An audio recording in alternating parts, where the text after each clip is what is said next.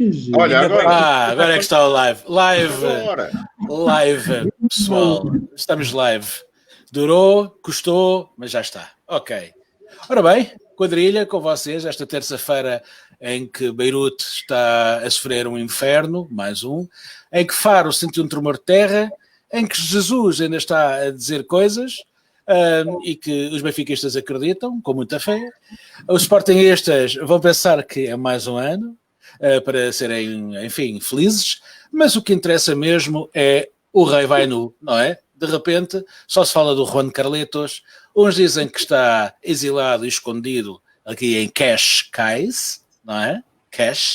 Jorge Máximo, Cascais, Marrocos, resorts, como é que é? Com mulheres ou sem mulheres? Porque o homem sempre gostou muito de paródia, não é? Exatamente.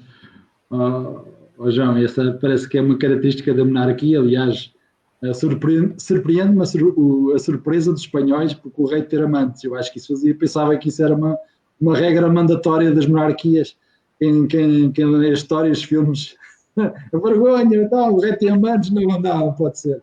Eles até faziam como o Convento de Mafra, eu recomendo quem não conhece o Convento de Mafra, perceber que o quarto da rainha era de uma ponta do convento, o rei de outra ponta, que era para eles descansarem um para o outro, estarem à vontade, para que não haver problemas. Então, a história das amantes, dos reis e das rainhas, terem cada um 10 amantes, faz parte das regras da monarquia, pensava eu, e portanto não é por isso que eu surpreendo os espanhóis. Reis que gostam também de dinheiro e de prendas caras também me parece que não é novidade, portanto não sei onde é que está o escândalo agora, portanto nada disto é novo, mas de qualquer das formas o senhor com 80 e tal anos resolveu passar a reforma para a República Dominicana. Em Cascais, se estiver, também está muito bem acompanhado, aquela gente muito boa.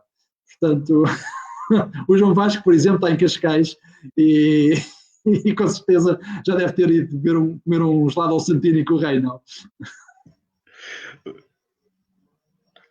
João Gata, liga lá. Desculpa. João Vasco, queria-te perguntar uma coisa, agora que tu estás de férias, em Cascais ou não, quero-te perguntar se tu fosses um rei, eras como o rei Gobble, aquele senhor que andou aí a construir ameias em cimento e todo armado e a brincar e a matar miúdos e de repente foi apanhado, ou eras um rei espanhol caído em desgraça, mas ainda com bastante dinheirito para acabar a sua vida com grande pujança? Não, senhora, era o rei dos frangos. Eu gostava de ser o rei dos frangos. Como toda a gente se lembra, era um guarda-redes da seleção nacional, que era o rei dos frangos. Depois, enfim. Olha, duas observações muito rápidas. Isto tudo se resume à seguinte frase. Um amigo da família Espírito Santo tem que se exilar. Bom, não me parece nada de estranho nem novo. Depois, o monarca foge para a República. Também não me parece nada de novo, não é? O monarca a fugir para a República. E depois, ele andava... Só falam de uma senhora que alegadamente teria sido amante dele.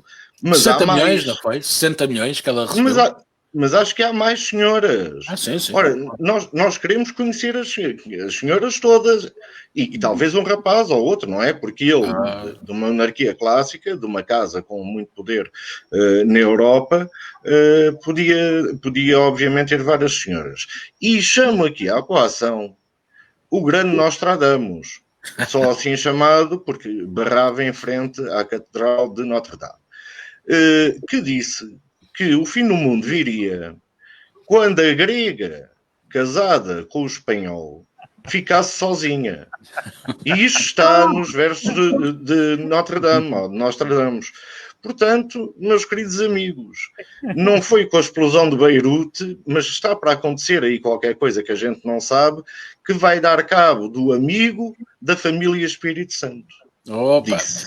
Oh, Bruno Palma, então o que é que me dizes a isto? Tu, que tens, como eu, sangue azul, portanto, és assim um bocadinho... Mas tu és mais vermelho, sangue vermelho que azul, não é? Eu é que sou mais azul. Dizem, não é? Por dentro e por fora. Mas então diz-me lá, tu que ficaste fora do convite para aquela festança que houve ali na Comporta, achas que és gajo para ser convidado para uma festança agora ali na Vila Patinho ou qualquer coisa assim? Epá, não há dúvida que as festas do rei emérito ficaram na memória de muita gente. Fala-se nas amizades que ele tinha, até com o próprio Mário Soares e com o Francisco. Grandes amigos. Exatamente, com o Bolsonaro. E, portanto, seguramente que terão festas para eles, é uma coisa que não é novidade. Não sei se a festa da Comporta se realizou, mas quem ficou a ver à festa... Claro que sim, claro que sim, claro que sim. Tive que assinar o... Não vi nada dos jornais. Tive que assinar o NDA, não posso falar sobre... Não diz nada a ninguém, quem lá esteve não diz nada. Não posso falar. Não posso censura-se. É um bocado como a malta toda que trabalhou com o Salgado, não é? Também não pode dizer nada. Mas enfim, depois as coisas desaparecem. E quem foi entalado também aparentemente não diz nada, porque também já não pode dizer nada, não é? Portanto, já lá não dá nada, não é? Ora bem. Agora, mas estaremos nós. Agora, é curioso andarmos à procura dos monarcas, como refere o João Vasco. O João Vasco, sim, numa república. Será que é na República das Bananas Portuguesas? Será que é na República das Bananas, noutra República Dominicana? Mas, de facto, não tinha pensado assim, João. Trouxeste a luz sobre este assunto, não é? É muito curioso. Deixa-me só dizer-te que ainda se pode compor a República Dominicana em Domini e depois Cana. Ele não está longe disso. É bem pensado. Ora bem, não sei se dá cana ou não, mas o TikTok está nas bocas do mundo neste momento, porque Trump, que já sabe que tem no TikTok neste momento o grande adversário político, mais do que Biden, quer tirá-lo da América. Quer proibi-lo na América, ou seja, como grande democrata que Trump quer proibir uma rede social, que é chinesa. Nos entretantos veio a Apple desmentir que ia comprar o TikTok e agora está a Microsoft metida no barulho. Ora bem, Jorge, diz-me uma coisa, se tu fosses alguém assim importante, o CEO dessas empresas, assim, um gajo importante dessas empresas com dinheiro para comprar o TikTok, comprarias mais o Tik ou o Tok? Epá, eu sinceramente, eu nunca apostaria, mas eu sou uma pessoa sem visão estratégica. Eu nunca apostaria numa empresa que se chama TikTok. Cuidado-me assim, parece... É a rede social que mais cresce diariamente há um ano. É uma empresa que hoje vale mil milhões de clientes, e ainda por cima 1.000 milhões de clientes, num segmento que é o segmento de maior potencial de consumidores e maior potencial de penetração da ação em termos de marketing. E, portanto, de facto, o TikTok veio para ficar e, ao contrário daquilo que tu dizes a semana passada, 2 semanas atrás, sobre os riscos para o Facebook, eu não acreditava, aquela história da publicidade, este sim, acredito que o TikTok possa ser, de facto, um rival do Facebook e, portanto, a gente tem que começar a fazer live stream para o TikTok. Ora bem.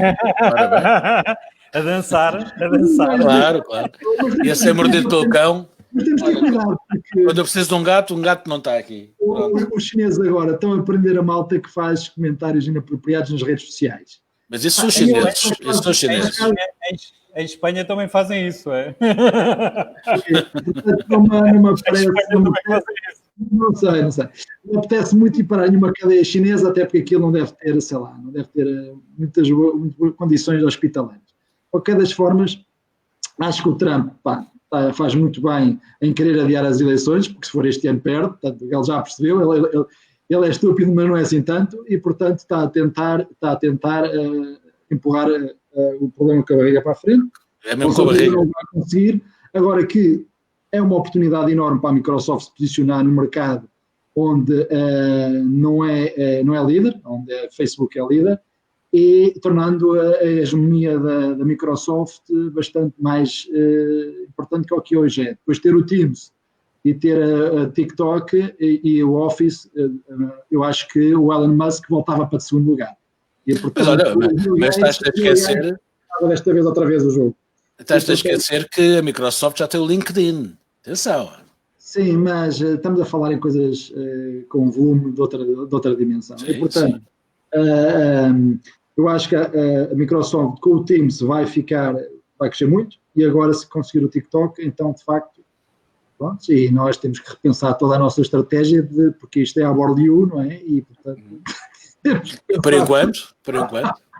João Vasco Almeida, tic ou toque, tico ou teco? Achas que o mundo vai ser confrontado com uma guerra brutal entre a Rússia, aliás, entre a China e o Trump, e cujo vencedor vai ser a Rússia como há 4 anos?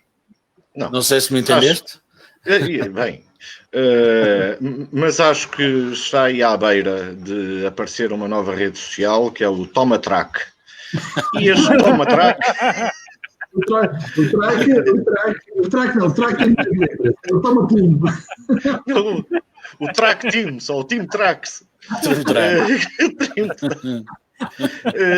Que é aquilo que registra já isso. Registra já isso, que essa cena entra no ouvido. Team Tracks. Team Tracks. E o Team Tracks vai dar. Para já é giro. O Bill slogan, Gates. Já estou a imaginar o slogan. Pinto de amarelo. Ei.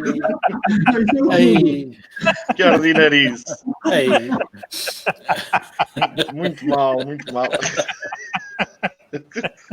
Não, track em inglês é caminhão, pá. Não, é caminhão. É tracks. Tracks. I drive a huge track. E o distrack. Não sei se o TikTok custa mais ou menos que a vacina para a Covid. Portanto, o Sr. Gates aposta em 2 tabuleiros. É na vacina para a Covid e é no TikTok. Ora, há de conseguir a vacina para a Covid e depois faz danças no TikTok por aquilo. O Trump é burro, como a gente sabe. É burro, que nem uma palhota, e não sabe o que é que há de dizer e quer proibir o TikTok porque aquilo é chinês e por ser chinês vai descobrir tudo o que é americano. Ora, o problema dele é que já vendeu tudo aos russos, como dizia o João Gata na provocação que fez, já vendeu tudo aos russos, portanto a nossa rede social devia ser o VK, não devia ser o Facebook, nós devíamos estar todos já no VK. Ao Telegram. Não é? E ao Telegram. Quanto à posição da Microsoft, eu gostei de saber que a Microsoft se aproximava do Linux aqui há uns meses e que ia até correr aplicações Linux dentro do próprio Windows, e parece que há uma mudança ligeira dentro das mentes da Microsoft nesta já terceira geração de gestão da Microsoft. Pode ser que ela deixe de ser um grande nojo de que todos precisamos para ser só um nojo que todos precisamos. Bruno Palma, o João Vasco falou aqui de Linux. Achas que essa personagem que tocava piano nos livros do Cebolinha é? Opa, é o Rei Gobo, é verdade. É o Rei Gobo, é o Linus. Eu hoje estou a lembrar-me de coisas um bocado estranhas. Mas pronto, achas que a Microsoft... Sou jovem. O Bill Gates já não manda puto na Microsoft, está a subir nas tintas para a Microsoft, anda lá com a sua melinda a fazer o bem do mundo, e há pessoas a dizer que ele é o principal causador e instigador do Covid e que quer que não sei o quê e tal. Portanto, há aqui... É engraçado como é que o Bill Gates, ao fim destes anos todos, ainda consegue dividir o mundo em termos de opinião e dividi-lo mesmo de uma forma violenta, como eu, por exemplo, também às vezes tenho que discutir com algumas pessoas aqui nesta rede chamada Facebook, não é? Então, Bruno, achas que o Linux, a Microsoft 2.0 é empresa suficientemente moderna para conseguir ter um TikTok virado acima de tudo para adolescentes e crianças, mas que é cada vez mais usado por adultos também, ou é só um fogo de artifício para chatear o inimigo comum que se chama Trump? Não, o giro disto é que deixámos de discutir, passámos de um cenário da guerra dos mísseis em Cuba para a guerra dos TikToks. Portanto, não é? Quer dizer, o mundo... Infantilizámos a coisa, não foi? Não, isso tem o nome, chama-se Trump, não é? Bom, mas agora é TikTok. Agora, o que é que está por trás do TikTok e das redes sociais? Então, de facto, os mísseis do futuro, estão os dados, a informação que as pessoas oferecem a estas redes sociais gratuitamente, não é? E, portanto, é mais fácil chegar a mais gente e, de facto, é uma guerra que não é visível, que não faz boom, como infelizmente o centro de Beirute explodiu hoje, não é? Que é dramático ver uma coisa daquela. Agora, é um cogumelo, não é? Um cogumelo que nos fez lembrar... Ou maior dimensão. Sim, o Hiroshima, quer dizer, mas noutra escala, mas assim... Sim. Eu estou em contacto com... Eu tenho amigos libaneses, e estou em contacto com alguns, e portanto aquilo é dramático, não é? E dizem que há 20 e tal mortes, é impossível haver, ninguém acredita que... Já vai nos 50, mas tem que meter mais um 0 ou 2 à frente. É impossível. A devastação que se viu nas imagens é impossível não ter morrido muita gente, infelizmente. Em Beirute já estão a pedir às pessoas para não irem aos hospitais de Beirute, que estão subcarregados, e para irem para norte ou para sul, centenas de quilómetros, dezenas de quilómetros, para dar resposta às pessoas. Mas, fazendo este pequeno parênteses, de facto a guerra dos dados é o que está por trás do TikTok. E a gira é o Trump, que numa primeira fase queria entrar em guerra com a China e não ia deixar que a rede TikTok funcionasse nos Estados Unidos. Eu ontem ouvi-o dizer, ou ontem ou hoje, ouvi-o dizer que sim, temos é que os taxar. Eu acho que é engraçado estes liberais como o Trump a dizerem que querem de facto taxar e quer receber algum, não é? No fundo. Portanto, é engraçado, o Trump é de facto um liberalismo ditatorial, não é? Específico, não é? Que é uma personagem sinistra, não deixa de facto ser engraçado não estarmos a discutir mísseis e estarmos a discutir o tique e o toque, ou o yin e o yang, ou outra coisa qualquer, mas é verdadeiramente dramático. Mas tu não me querias ouvir falar sobre isso, querias-me ouvir falar sobre o Linux, não é? Mas deixa-me lá perguntar. Vou passar a palavra. Espera lá. Não. Pois estamos em espelho, é uma chatice. Eu, se quiser apontar para ti, sempre.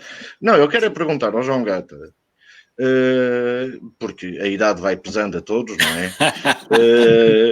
Quero perguntar ao João Gata se ele também se deixa fascinar por jovens em maiô a dançar ao som de DJ Bazula e depois nos entrementos vai vendo gajos a assar sardinhas e a cantar e não sei o quê. Quer dizer, porque o TikTok serve para o que o Palma disse, mas para a gente são estas coisas fascinantes. Olha, eu hoje vi um TikTok que passou num noticiário de uma miúda negra que estava a dançar a dança tradicional irlandesa de uma forma espetacular. A mulher era lindíssima, dançava muito bem. E de repente, porque é que isto é notícia? Porque ela também, a conta dela estourou com um sucesso de milhões, porque aquilo depois tem assim, são milhões de visualizações, e porque já havia comentário a dizer que como ela era negra não podia usufruir ou agarrar num espírito irlandês e numa cena cultural que não era dela e tal, não sei o quê. Portanto, o TikTok também dá para uma pessoa ficar um bocadinho alarmada com estas coisas. Portanto, não sei.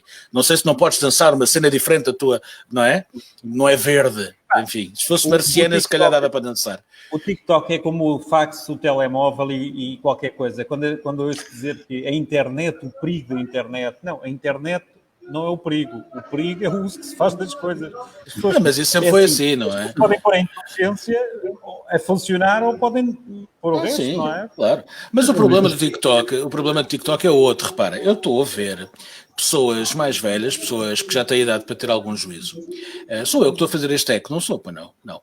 A pessoas que já têm alguma idade para ter juízo em brincar ao TikTok, ou seja, cantar por cima daqueles trechos, não é? E fazer algumas coisas um bocadinho bizarras. Eu pensava que tinha a ver com a pandemia, as pessoas estavam-se a passar um bocado e tal, e precisavam de algum escape. E o TikTok é muito divertido, porque é uma espécie de karaoke, e as pessoas agarram nas vozes de outras e fazem figuras que as pessoas gostam de ver e divertem-se e tal. O problema é quando isto chega à malta que depois já não consegue parar, não é? E aquilo passa a ser um modo de vida também, sem ser no Facebook, postar coisas sobre isto e aquilo, passam a fazer vídeos, pequenos vídeos que acho que são 15 segundos, não é? Ou 10 segundos, não sei bem, com paródias, eu acho que isso pode ser até bastante, não sei, pode ajudar, sinceramente, as pessoas a serem um bocadinho da sua comfort zone. E a serem mais imprecis, no fundo, Isso é isso que queres dizer, mas de repente, repara, eu não dava muita importância ao TikTok e passei a dar no momento em que eles conseguiram esvaziar o comício do Trump. E aí eu disse, o TikTok é fabuloso. Porque foi 1 milhão a menos, não é? E mesmo assim, visto os rednecks todos a gritarem pelo homem. Portanto... Deixa-me dizer-te... não sei se concluíste. Sim, concluí. É porque tu levantaste a questão do TikTok com uma moça negra a dançar, não sei se é o Riverdance, não é? É o Riverdance, sim. É o Riverdance. E achas que temos de ter cuidado com isso? Nós temos uma praga em Portugal. Não, nós não temos de ter cuidado. Pera. Não é isso. Não, nós portugueses temos de ter cuidado. Porque há portuguesas que pensam que sabem sambar. Pois é. E se não fosse a pandemia, este ano tinha sido uma coisa no TikTok que nunca mais acabava. É ovar, geralmente é ovar. Em ovar e em desovar, que é o que acontece 9 meses depois do Carnaval de Ovar. É desovar. Desculpa, não é ovar. Desculpa, eu penso aqui uma correção. Não é ovar, é ovar. Ovar. Olha, por falar em ovar, dá-se aqui entrada para o terceiro tema de hoje. Hoje até estamos a resolver isto muito, muito depressa, não é? Que é, afinal, o novo horário das discotecas à TikTok, que o governo português achou por bem reconsiderar a posição em relação aos bares e às discotecas e deu a oportunidade para essa gente da noite conseguir ganhar algum para pagar as contas e as rendas. Ora bem, então o que é que eles decidiram? Não há danças para ninguém, pistas vazias, podem montar umas mesas na pista de dança, que eu achei essa fabulosa, então, com a cena com a bola de espelhos e com aquele chão antigo das cores enquadrados e ali um gajo a comer uma sardinha, e tem que estar às 8 da noite, enquanto realmente os restaurantes podem estar abertos até às 11h23. Portanto, há aqui alguma coisa muito bizarra. Agora, a minha questão para vocês, e começo por ti, Máximo, é o que é que preferes? Uma matiné com sardinhas ou uma cena mais calma, mais à noite, com vinho tinto num restaurantezito? O que é que tu preferes? Ir para a discoteca à tarde? Eu ainda não consegui, até porque estamos no período de férias e ainda não consegui descobrir as maravilhas das matinés com Cabo Verde e... Então não. Então não. Até consumo de laranja de máquina. Pá. Uma coisa fantástica, que nós agora podemos ir com esta história do home office, podemos ir fazer home office para a discoteca. Portanto, estamos em online, na reunião, e a curtir, juntamente com nós.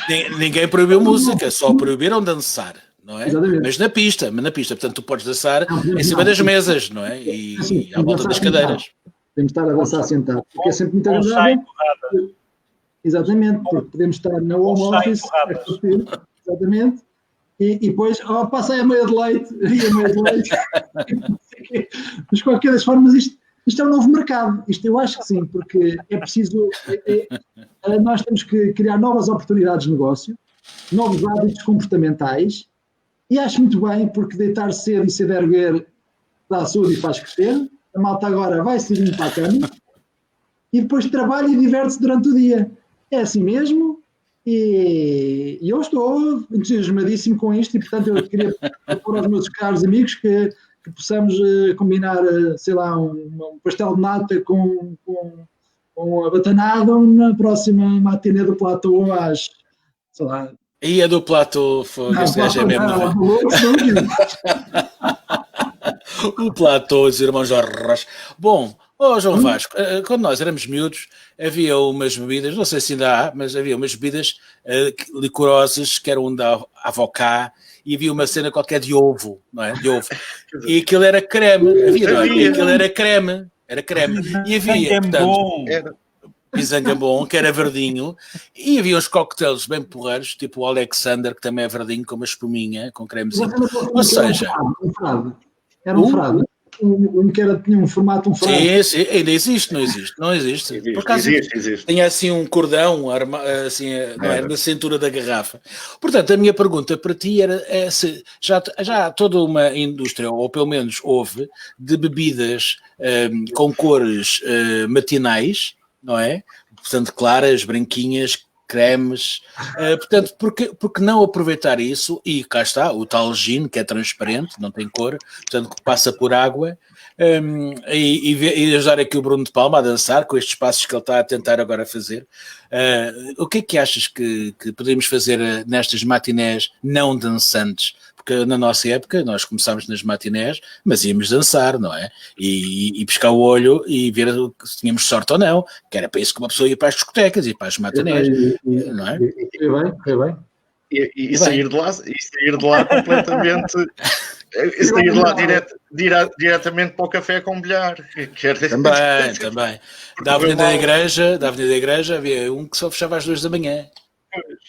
Olha, eu vou-te responder diretamente à pergunta, mas depois de dizer uma coisa que me veio à cabeça enquanto vocês estavam a falar, que é um gajo que quer ser presidente da junta e um dia fazem um presidente da junta médica.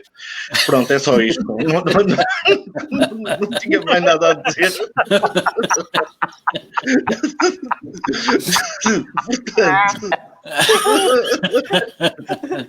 O Bernardino Costa tem aqui um pontinho que espeta aqui, não é? Espeta bem uma cena. Espeta, sim, senhor. Sobre os bares e as discotecas e o António Costa e aquela mocinha, aquela Mariana Vieira da Silva, que faz ar de maio enjoada, não faças... Caspinha, a vida é muito curta. Rite, mulher, rite. Senão não arranjas homem. Não consegue. As rugas, percebes? Não. Rugas de expressão, pá. Não, nela assim não vai lá. Não vai, os rapazes não aguentam. Ela é simpática, que eu conheço, até simpática. Pois ela tem um arzinho assim meio doce e tal, e até assim quando, enfim, ia dizer aqui uma coisa um bocado machista, por isso não digo. Quanto às discotecas, eu remeto-me à minha amiga. Por falar em papável, ele está muito doente. Pois está. O Singer está mesmo muito doente. Pois está, é verdade. Em relação às discotecas, eu remeto-me à frase fantástica da minha amiga Maria João Pinto Coelho, que é a diretora de comunicação do Procópio, que diz que isto faz tanto sentido como as farmácias começarem a servir pastéis de nata. Portanto, é óbvio que isto é estúpido, isto é completamente estúpido, e o medo do governo é que as pessoas bêbadas comecem a abraçar umas às outras, como é costume dos latinos. E eu percebo esse medo, mas o governo tem de ser um bocadinho menos controlador e tem de tirar a pata de cima e perceber que os cidadãos têm consciência daquilo que estão a fazer, ou não. E se não tiverem, também não é por fechar as discotecas, porque ainda ontem eu estava aqui e ali ao lado, a 300 metros, estavam pelo menos 15 carros parados numa festa particular com pelo menos algumas pessoas. E muito mais do que aquelas que deviam estar.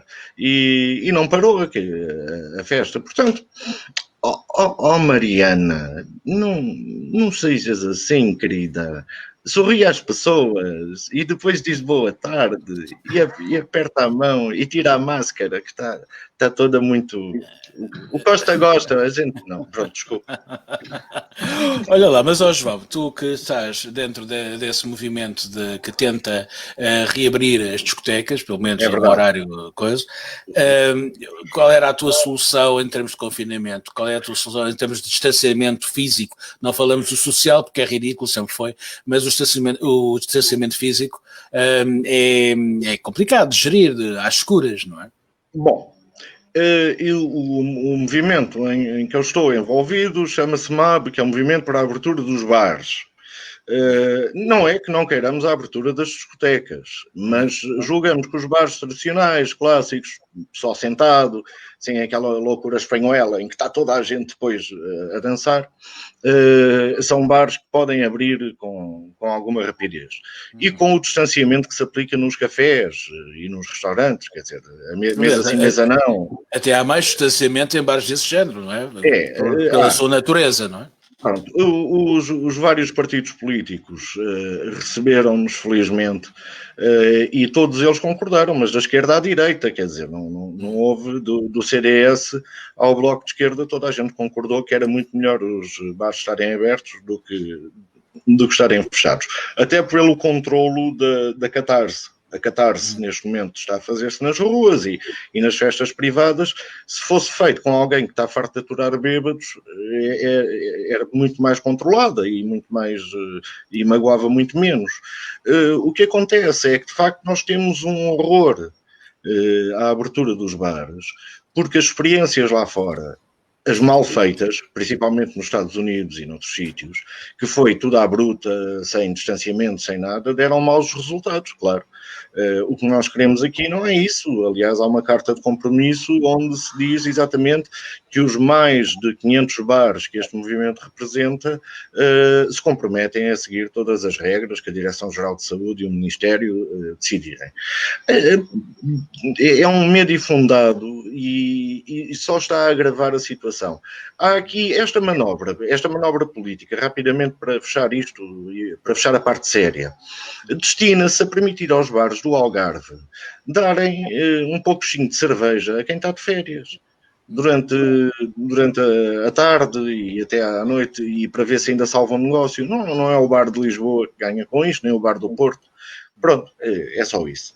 Então, mas tu achas que servir putos ingleses bêbados, holandeses, assim, que são uma manada e que se estão bem a borrifar para usar máscaras ou não, é uma boa solução para o Algarve? Eu acho que não. Não é uma boa solução. Isto é, na cabeça mas o problema é que esses meninos não têm cabeça, não é? Mas na cabeça de alguém dentro do governo, em vez de se ter pensado de forma adulta, pensou-se de forma tolitrautuante, quer dizer, inventou-se. Nós temos um comentário ainda agora a dizer que no Brasil a abertura dos bares provocou aglomerações. Pois é, porque nós temos que ter muito cuidado para deixar os bares abrir com segurança e não deixar que vai toda a gente agora para a porta do pontapé na juntar-se, não é? Não pode. Claro. Portanto, temos de ter cuidado com essa abertura. Mas isso é feito em conjunto. Os donos dos bares, a Polícia Municipal, a Polícia de Segurança Pública, a GNR já não digo, porque se calhar está dentro do próprio bar antes dele abrir e mantém-se no bar depois dele fechar. Por uma questão de segurança só. Olha, aproveitando aqui o DD, que é brasileiro, está-nos aqui a ouvir, eu vou perguntar ao Bruno Palma se o Chicão do CDS, visto que também concordou com a mudança da política, é menino de balada ou de bar? E qual é a bebida que esse Chicão preferirá? Um pinzangambon bem mexido ou um martini man? Diz lá, Bruno. Não, o Chiquinho é menino copo. O Chiquinho é menino copo de leite. Então pode ir para as discotecas à matiné. É menino copo de leite. Ele é menino copo de leite. Aliás, estamos a falar do Jotinha. Ele diz que é virgem, que vai casar virgem, mas pronto. Exato, eu acredito. Muito bem. Não tenho nenhuma razão para o que é lá com ele. Então espera caso, não, coitado. Olha, eu vou dizer... Mas é difícil, porque olha que a namorada é bem bonita. Não. Eu casei gêmeos. Não sei como é que vocês casaram, eu casei gêmeos. Ele se calhar casa virgem. Eu também casei gêmeos. Agora precisa Maia. A Maia não é mais Marte em Júpiter e Júpiter em Vênus? Eu não sei, aquela está dando não é? É uma cartomante a dizer cartomante. Um beijinho à Eunice. Diz lá, Bruno Paulo. Não, eu quando vocês me falam do Chiquinho, eu lembro-me da lei, da proposta de lei que ele de facto, ele tem tido umas iniciativas absolutamente extraordinárias e que vão ficar para a história. Uma delas, a anterior, tinha sido, por causa do Covid, ou alegadamente por causa do Covid, não distribuir, não fazer a reciclagem dos livros dos manuais escolares. Porque toda a gente sabe que os manuais escolares e os livros em geral são portadores de vírus, sobretudo do vírus do pensamento, que é um vírus perigosíssimo. E esse é o vírus que destabiliza qualquer sociedade. Portanto, eu estou convencido. Exatamente, eu estou convencido que o Chicão em breve vai propor que se queimem os livros para prevenir que não haja mais vírus no livro. Portanto, isto é o que me ocorre dizer a propósito do Chicão. De facto, acho que o Chicão não abona a favor dele próprio. Portanto, depois, não é pensar bom. Retendo agora fazer... Exatamente. Não, retendo aqui, eu queria fazer um breve paredes, não queria, falando do Pisangambo, não queria de sublinhar uma palavra, uma frase que o João Bosco Almeida proferiu a propósito da intervenção dele, que eu retive, que é loucura espanhola, sim. Eu sim. Ao falares de loucura espanhola... Sim! Claro que sim. É sim, claro que é sim. Em cima da mesa. Acho que por aí, exatamente, a loucura espanhola, como sabes, a loucura, tudo que é loucura é bem-vindo. Agora, relativamente à venda do álcool nos bares, faz-me lembrar os anos em que vivi no norte da Europa, e de facto exato, e lembrar-me que norte da Europa não é bem, aquilo não é bem norte da Europa, não é? Enfim. Sim, mas eu reporto-me à minha experiência na Finlândia, na Suécia, onde com qualquer garrafa de vodka, enquanto na Rússia era preciso ter umas calças de ganga para ser o maior, na Finlândia ou na Suécia bastava ter uma garrafa de vodka. Portanto, as pessoas não... Enfim. Porquê? Porque o álcool era o negócio do Estado, era um negócio estatal e, portanto, tinha regras muito rigorosas. E eu acho que esta medida que o Governo tenta implementar, eu acho que não estamos a valorizar devidamente, é, no fundo, para nos aproximar dos países do norte da Europa. No fundo, não sei se não... Proponho-vos esta nova abordagem ao tema. No fundo, é para nos tornar mais nórdicos. Não te sentes mais alto, mais louro, os olhos, não sentes os olhos mais claros. Eu acho que é por aí que a coisa está a ir. Eu convido-vos pelo menos a verem a coisa nesta nova abordagem. Porque a outra abordagem que existe aqui é passar um atestado de minoridade às pessoas. Eu fui há pouco tempo ao supermercado e atrasei-me um bocadinho na fila e, portanto, quando passei na caixa registradora já passava das 20 horas. E a senhora disse-me, olha, esta garrafa que o senhor tem aqui de cerveja e uma de Summersby, que não era para mim, era para a minha esposa, disse-me, isto não pode vender. Não lhe posso vender. Não pode vender. Então, mas... Não podemos vender álcool, pelo amor de Deus, isto é uma cerveja, vou ver ao que fez. Mas isso aconteceu-te agora, recentemente? Mas aconteceu-te recentemente? Isso ainda está em vigor? Ontem. Acho bem, mas isso... não, mas isso, Bruno, é porque... Mas se estivesse na cena que anda, tem que ser vendido. Já lá está. Passou. Eram 20 horas... Eram 20 horas e 2 minutos, o sistema já não passa. Aquilo foi uma recomendação médica. Acho isso extraordinário. Extraordinário. Viesse mais cedo, o senhor devia ter viesse mais cedo. Sempre podes beber uma garrafa de álcool gel. Álcool gel. Já podes beber. Será que vendeu uma garrafa de álcool? É que, por exemplo, na Rússia, todas as casas de banho cheiravam a perfume. Porquê? Porque lá está, não se podia vender álcool nos supermercados. E eles compravam perfume. Eu, qualquer dia, para não me lembrar disso, de facto é verdade, um gajo pode comprar garrafas de álcool e depois mistura com outra coisa qualquer. faz um suminho, olha lá está, volta ao Pisangambo. Lá está, exatamente. Faz um coquetel de álcool com sumo de laranja. Exatamente, bem bom, bem bom. Isto é absurdo, isto é absurdo. Aí passava-se a beber gin tóxico. Não,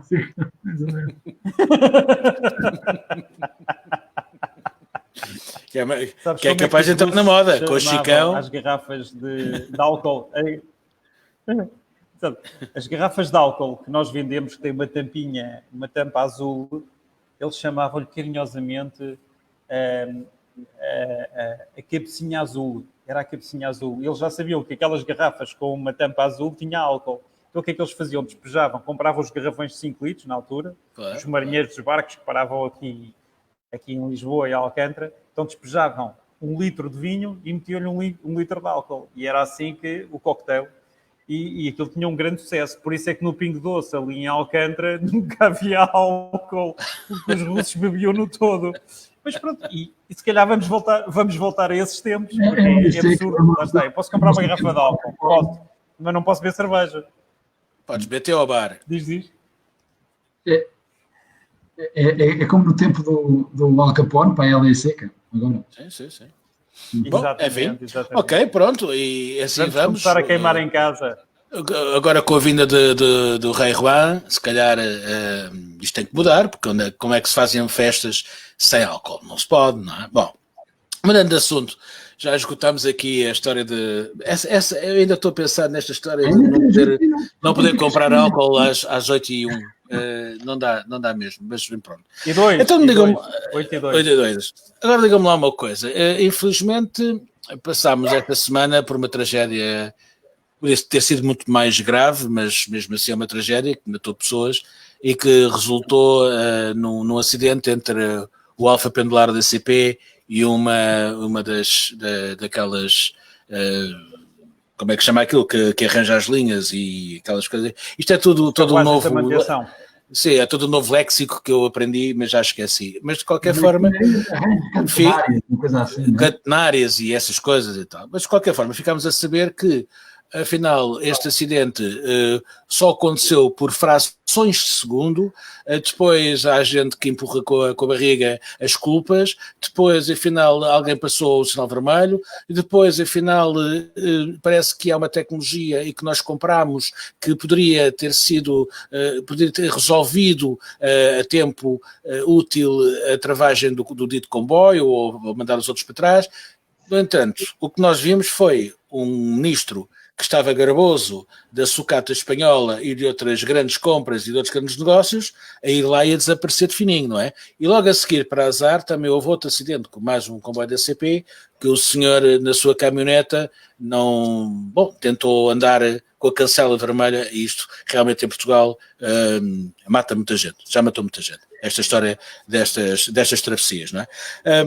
Jorge Máximo, diz-me lá tu, o que é preciso fazer para meter a CP em ordem, porque para além de ser uma empresa que dá prejuízo, atrás de prejuízo, que tem realmente o poder político lá dentro e tem realmente uma gestão que é danosa, e tem sido ao longo de décadas, não é? Se o ministro, por ter comprado umas ferro velho, vamos dizer mesmo que aquilo é ferro velho, poderia ousar pensar em mudar toda uma estrutura que se calhar começa, talvez, pela segurança. Eu sei que o Bruno Palma já está a dizer que não é ferro velho, mas uma coisa que custa 1 milhão e que nós vamos gastar 9 para pôr boa, para mim, é ferro velho. Mas pronto. Eu só te dou um exemplo, antes do Jorge Máximo começar, o desafio, as carruagens que nós vamos comprar, algumas, são mais recentes do que as carruagens que temos em circulação em Portugal. Mas isso não quer dizer... Mas isso não significa que não é ferro velho, não é? Há aqui, de facto, 3 ou 4 assuntos que merecem alguma reflexão e até alguma seriedade. Em primeiro lugar, eu vou-vos dizer que fiquei incomodado, porque já não é a primeira vez que ouço este tipo de responsabilização de entidades públicas e mesmo às vezes políticas, que se arrogam mais na forma do que na substância das coisas. Ouvir o dirigente, presumo que é um alvo quadro, membro da administração da CP, a dizer que não há problema nenhum isto foi um erro humano e as infraestruturas de Portugal não têm responsabilidade nenhuma. Pode ser uma forma dele se escolher as suas responsabilidades enquanto administrador e de facto não deve ter responsabilidades do ponto de vista legal. Mas há uma responsabilidade do ponto de vista moral. Porque, de facto, qualquer pessoa pode estar sujeita a uma distração. Eu já passei encarnados sem o querer fazer. E, às vezes, isto acontece. Errar humano est, como diziam os romanos. Agora, uma pessoa, por ter isto e ter a fatalidade de provocar, por acaso morreram só eles, mas podiam ter morrido muitas pessoas inocentes. E, portanto, as organizações, nomeadamente as entidades que transportam e que têm atividades de risco, devem ter sempre planos de secundários de correção destes erros humanos que acontecem. Isso, se não têm, então deviam ter. E há uma responsabilidade moral e, na minha opinião, também legal, mas isso já não estou a fazer esse juízo porque não sei, das infraestruturas de Portugal. E vir passar aqui a dizer que não é um problema, que a culpa é daquele coitadinho que pagou com a vida a sua distração, eu acho que é uma falta de não só de moralidade, como também de sensibilidade para com as famílias destas pessoas. E acho que a CP devia ter, pelo menos, aquele senhor não abrir mais a boca em qualquer apresentação que fizesse a representação dos caminhos de frente. Agora é estranho, de facto, um setor que, na semana passada aqui falámos nisso. Eu sempre ouvi dizer que a ferrovia era um setor estratégico para o país. Nunca percebi porquê. A não ser quando foi o Portugal Logístico em 2010, 2011. Nunca percebi bem porquê. De facto, todos os anos nós vemos a rede cada vez mais velha, déficits permanentes muito elevados da CP, centenas de milhões de euros são sempre subsidiados pelo erário público, carruagens velhas, não se vê melhoria nas ligações, não se vê a recuperação de tempos de ligação, nem de frequências, e vê-se muita gente a dizer mal da CP, mas que a utiliza, nomeadamente nas áreas suburbanas, por razões de necessidade de mobilidade. E, portanto, perante isto, de facto, o cenário, sempre sistematicamente estarmos a ver a dizerem mal da CP e ela continuar a ser um sucesso para o país, eu fico assim um bocadinho preocupado. Portanto, que aquilo que é considerado o futuro do país e a orientação estratégica para o país, eu há 20 anos que vejo a dizer mal e há 20 anos que vejo a dar prejuízo, onde é que está a mudança de paradigma deste setor? E, de facto, acima de tudo, acho que as empresas públicas, a principal mensagem que queria pensar aqui é que, de facto, não devemos responsabilizar. Quando estamos à frente de uma organização pública, somos os principais garantes de que devemos estar a assegurar planos de contingência e planos de segurança adicionais que garantam que não há inocentes e que as pessoas possam errar, como normalmente é. E não gostei de ouvir a CP, e acho que a CP merecia agora aqui uma culpa que devia fazer. Ora bem, João Vasco, diz-me uma coisa. Achas que a carruagem restaurante para vender uns copos às 8 da noite poderia estar a passar de fuso horário para conseguires ir bebendo, mas aquilo tinha que ser um comboio bala, não é? Só assim é que lá íamos. Ora bem, nós não temos comboio bala e nunca teremos, não é? É uma tragédia. Mas não, temos um comboio bala porque matam. E os comboios são comboios de bala porque matam. Devo dizer-vos que estar dentro de uma carruagem num acidente de comboio é das coisas mais aterradoras pela qual eu passei.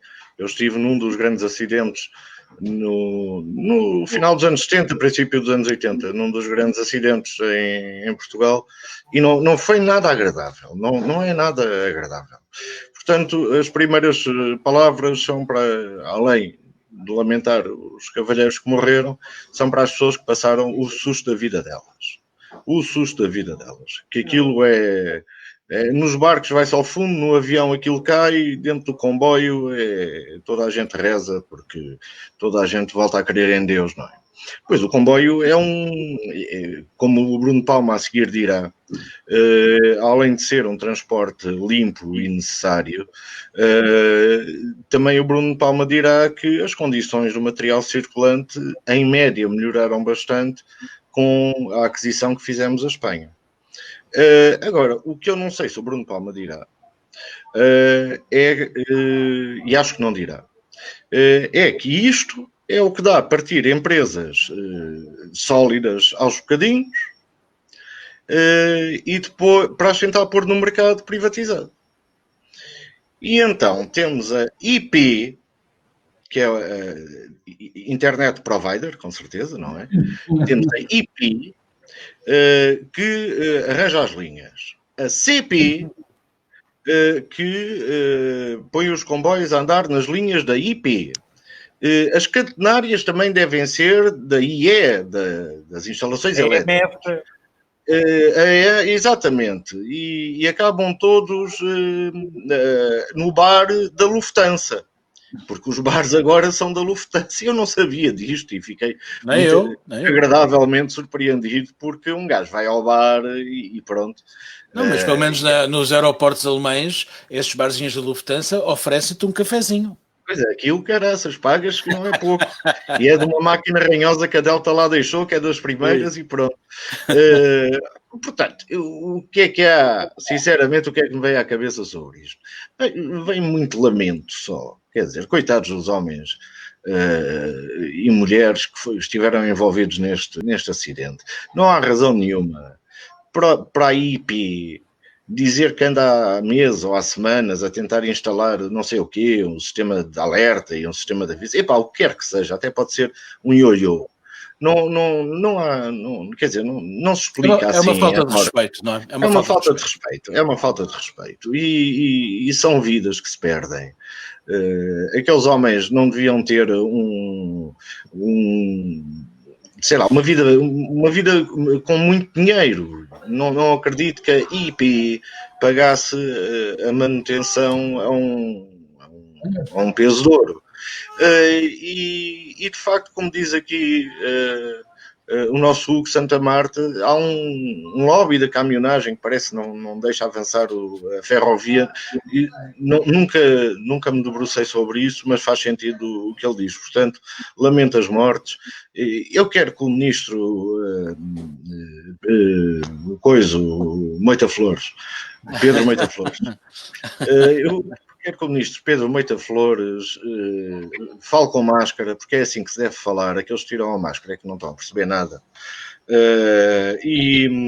Mas tem que mostrar o penteado, à futebolista, não é? Mas também vos digo, prefiro o Pedro Salgado Zenha ao Medina.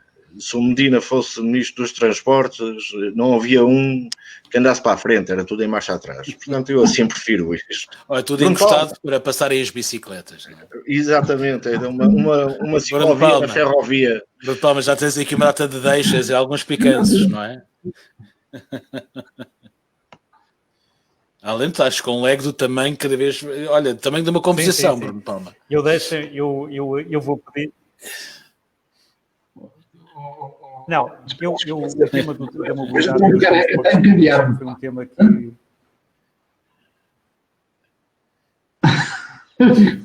Não fale, Jorge, que ele está mesmo com leg. Ele está mesmo com leg.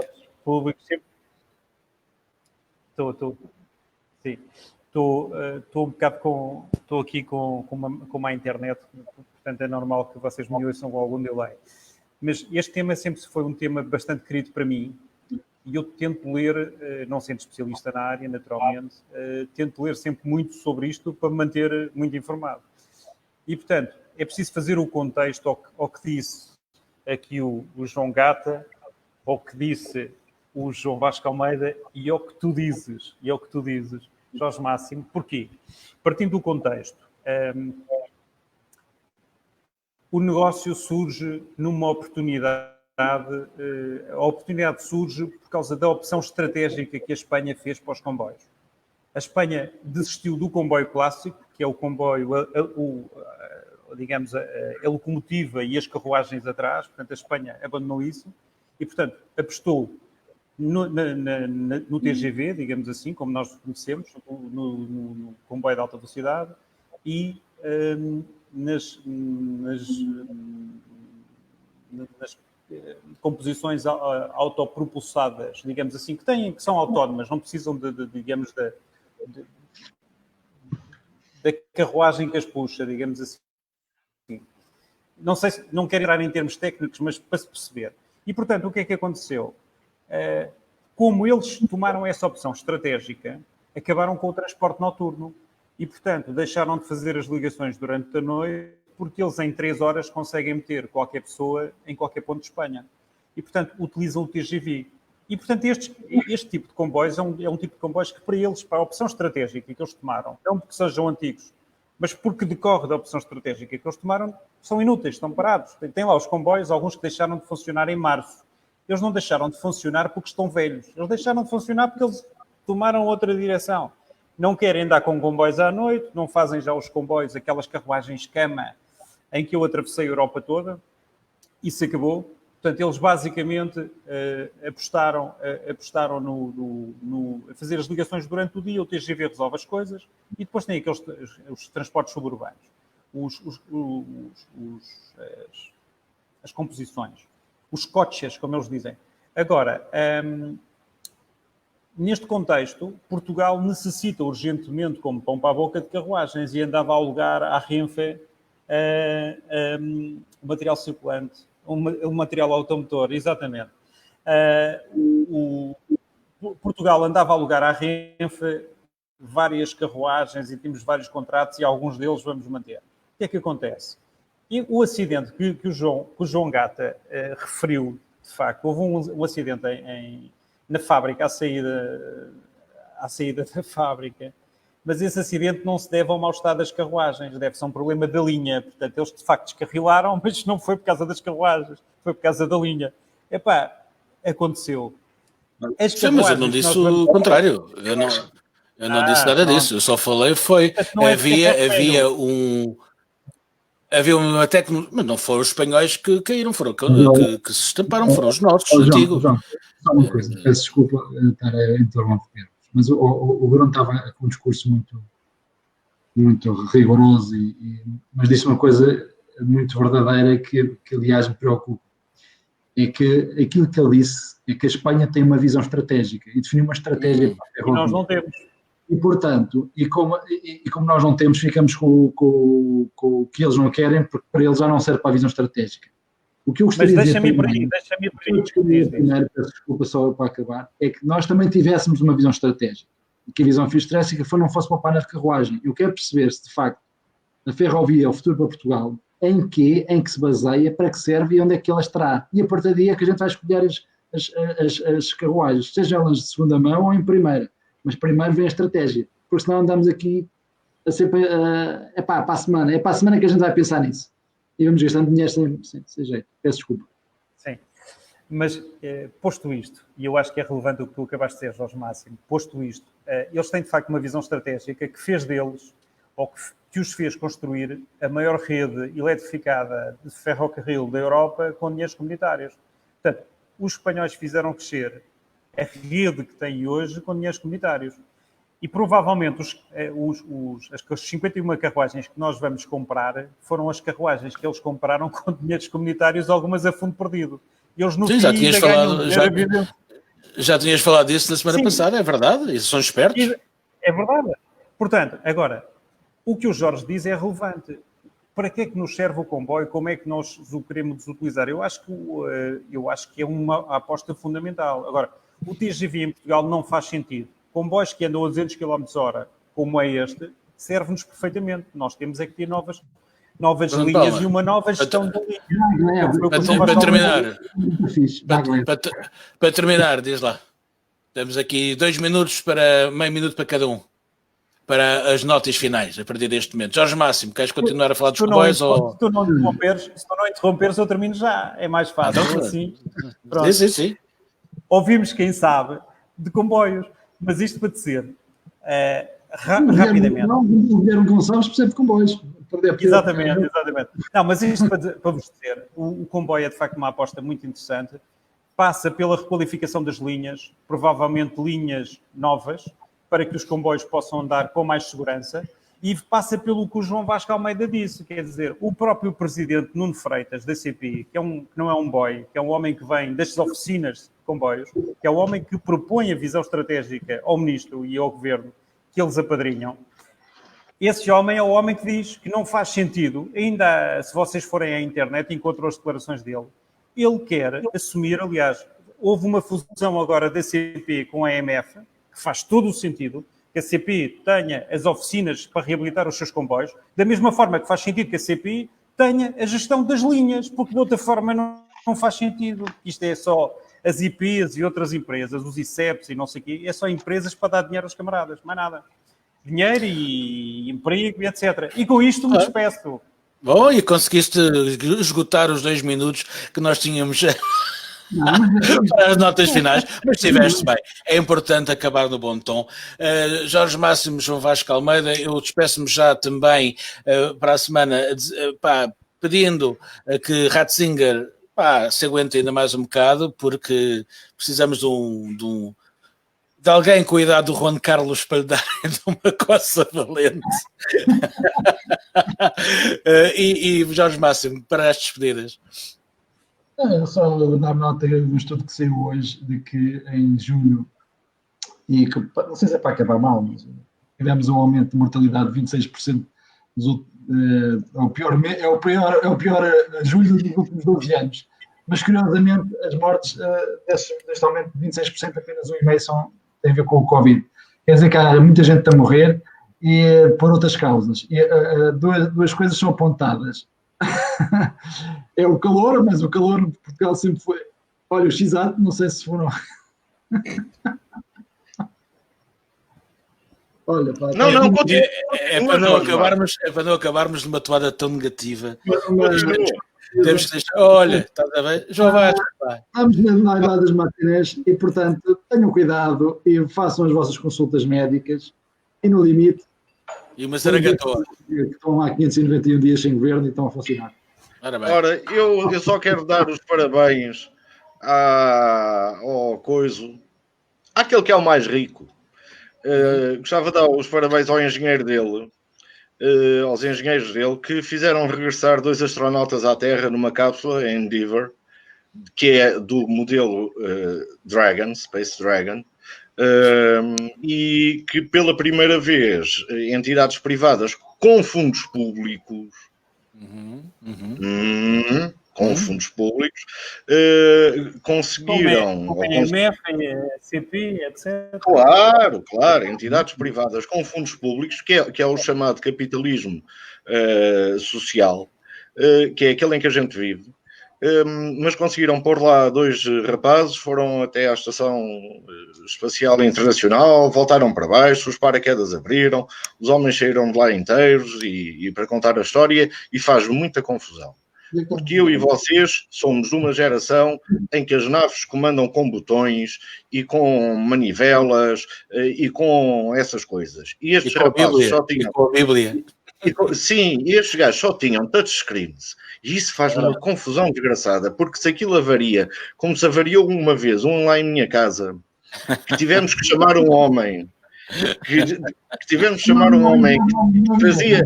Não, a televisão avariou-se porque tinha uma mancha vermelha. E veio um homem com uma corrente mesmo, que ligou a uma tomada e fez assim em cima do televisor. E a mancha vermelha saiu.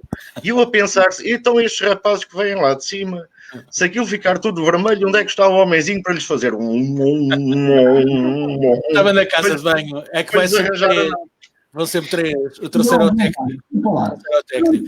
Não te sentes um bocado déjà vu, porque a malta da nossa geração ainda é malta que se lembra que se ao espaço e se vinha no Challengers, ainda vinha-se, regressava-se com não, mas espera aí. Então, eu lembro-me da primeira. Eu vi a primeira. E mandar uma coisa para o oceano é no tempo do Nilado, em 69. Não. Eu esqueço-me que vocês são muito novinhos. Eu vi a primeira. Não, o Bruno Palma viu a passarola.